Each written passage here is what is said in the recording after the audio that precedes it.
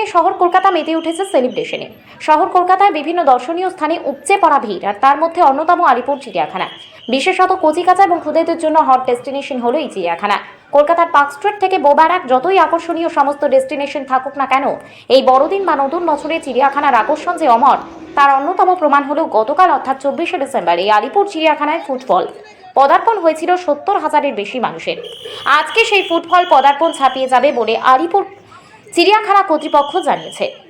200-র বেশি পুলিশ কর্মী মোতায়েন বাইরে এবং ভেতরে মিলিয়ে। এছাড়া 6টা পুলিশ বুথ রয়েছে, অ্যাম্বুলেন্সের ব্যবস্থা রয়েছে।